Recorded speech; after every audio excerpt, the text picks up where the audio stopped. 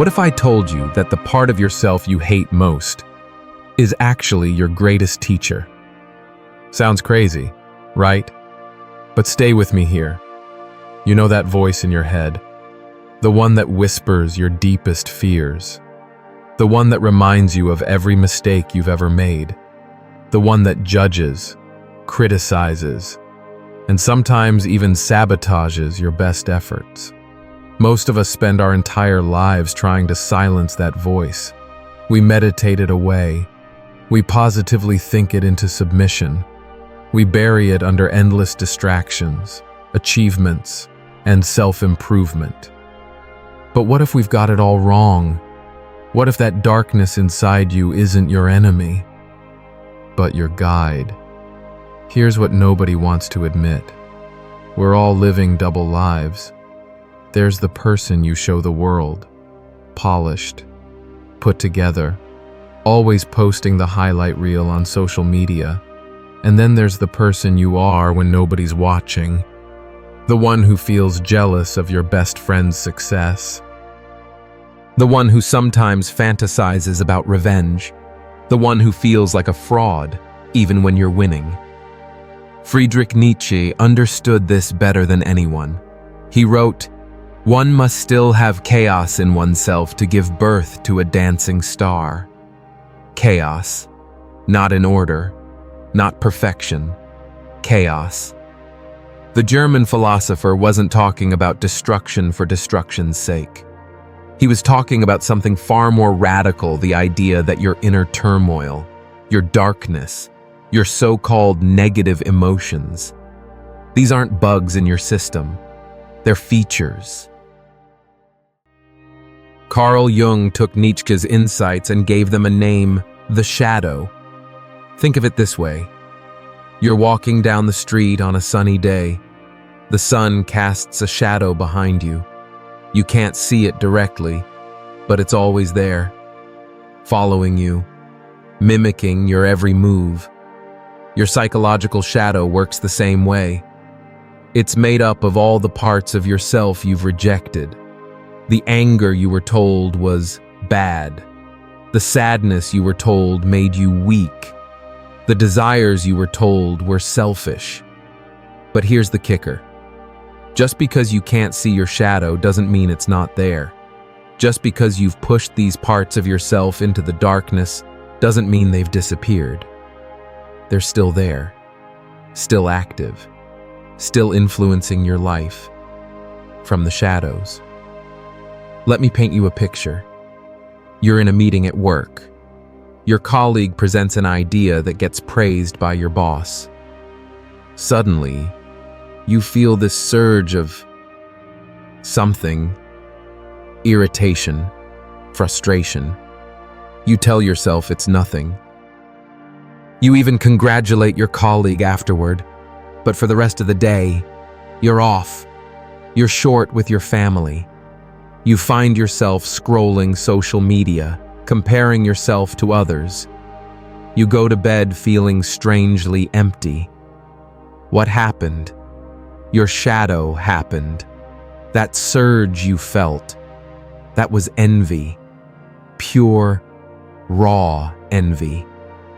But instead of acknowledging it, you pushed it down, rejected it. Tell yourself you were above such petty feelings. So your envy went underground. And from there, it started pulling strings, making you irritable, making you compare, making you feel empty. This is how the shadow works. What you reject in yourself gains power in the darkness. But here's where it gets interesting. What if your shadow isn't actually trying to hurt you? What if it's trying to wake you up? Think about it. Every villain in every great story serves a purpose. They force the hero to grow, to face their fears, to discover strengths they never knew they had. Your inner villain is no different. That envy you felt, it's not trying to make you bitter. It's trying to show you what you truly want, what you're not going for in your own life. that anger you suppress. It's not trying to make you destructive. It's trying to show you where your boundaries have been crossed, where you need to stand up for yourself, that fear you run from. It's not trying to paralyze you. It's trying to show you what matters to you, what you care about so much that the thought of losing it terrifies you. Here's the paradox that most people never understand. You can't become whole by rejecting parts of yourself. You can't find peace by going to war with your own mind. You can't find your light by running from your darkness. Real wholeness comes from integration, from accepting all parts of yourself, the good, the bad, and the ugly. This doesn't mean acting on every impulse. It doesn't mean being cruel or destructive. It means acknowledging what's there, feeling it, understanding it, learning from it. When you do this, something magical happens. The rejected parts of yourself stop fighting for attention. They stop sabotaging you from the shadows. They start working with you instead of against you. Before we get started, please take a moment to do me a small favor, like subscribe and share this post. Your simple actions can help many people who are struggling to find the content they need.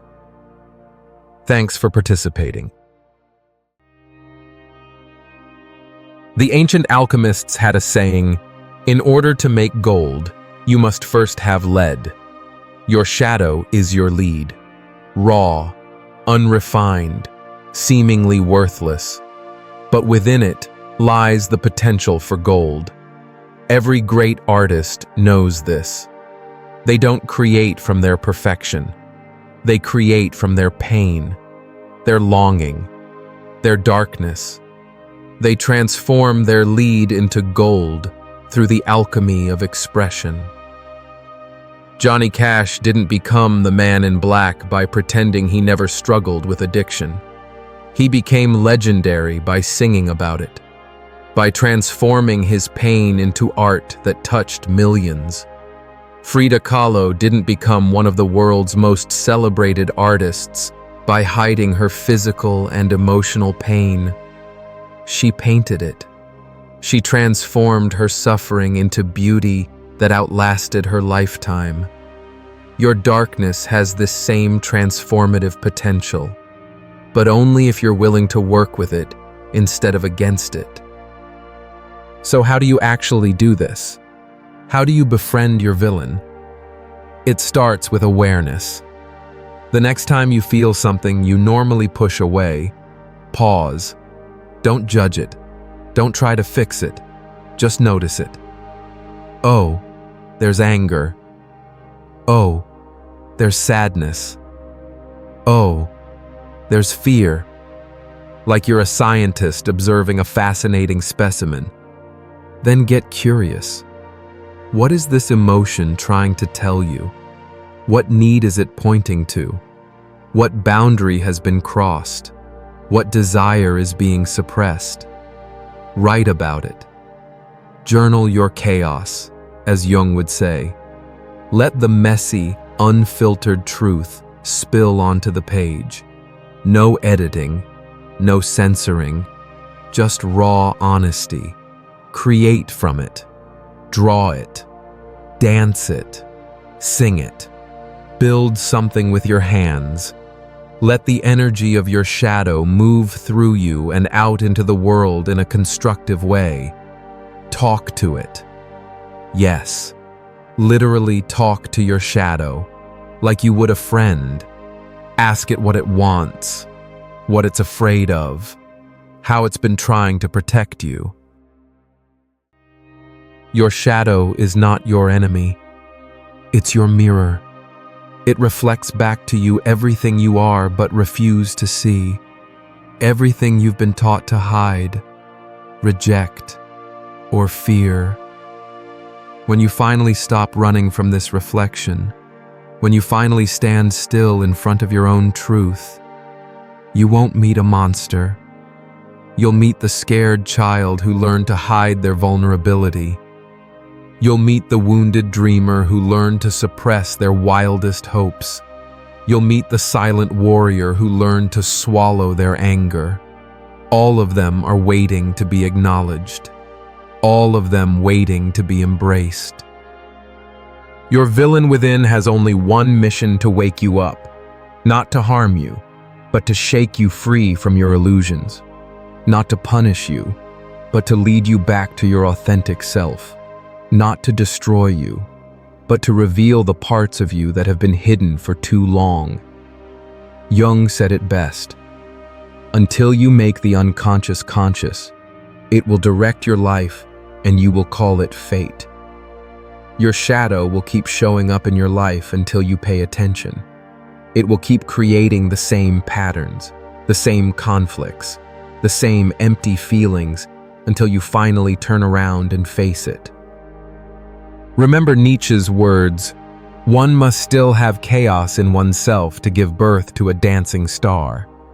Your chaos is not your curse. It's your raw material. Your darkness is not your enemy. It's your teacher. Your shadow is not your shame. It's your guide. When you finally embrace this truth, when you finally stop fighting yourself and start integrating all parts of who you are, something extraordinary happens. You become whole, not perfect, whole. You become authentic, not flawless, real. You become powerful, not because you've conquered your darkness, but because you've made peace with it. Every great story follows the same pattern. The hero starts in the ordinary world. They receive a call to adventure. They resist it at first, but eventually, they must journey into the unknown, face their deepest fears, and return transformed. Your shadow work is your hero's journey inward. Your ordinary world is the life you've constructed to avoid facing your darkness. Your call to adventure is that persistent feeling that something is missing. Your resistance is all the ways you try to stay comfortable and avoid the work. But the unknown you must journey into isn't some distant land. It's the unexplored territory of your own psyche. The dragon you must face isn't some external monster. It's the parts of yourself you've been taught to fear. And the treasure you return with isn't gold or glory. It's wholeness. It's authenticity. It's the ability to be fully yourself in a world that's constantly trying to make you something else. Your villain within is not your enemy. It never was. It's your disowned self, calling you home.